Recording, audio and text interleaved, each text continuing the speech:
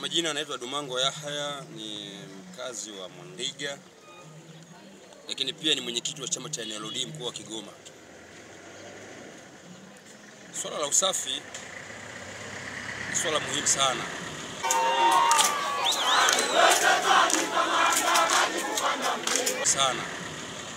Kwenye jamii, lakini hata kwenye maandiko, dini zote kwa maana Uislamu na Ukristo unaelekeza sana usafi. Maana usafi ndio kila kitu katika maisha ya mwanadamu. Kwenye swala zima la usafi, hilo ni swala zuri, lakini tuna changamoto kidogo.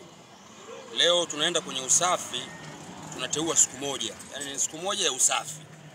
Alafu inakuwa ni maeneo, labda mfano leo tutafanya usafi kimkoa Gungu, inakuwa ni sokoni.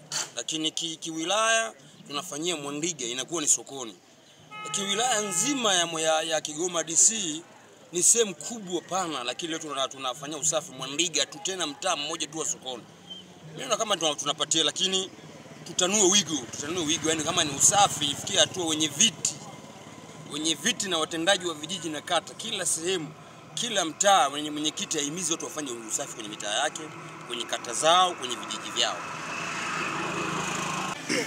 Tunachokeza mkoa wa sababu tulifanya maandalizi na uongozi wa kata, mtendaji wa kata, lakini mheshimiwa diwani na viongozi wengine wa mji huu mdogo wa Mwandiga.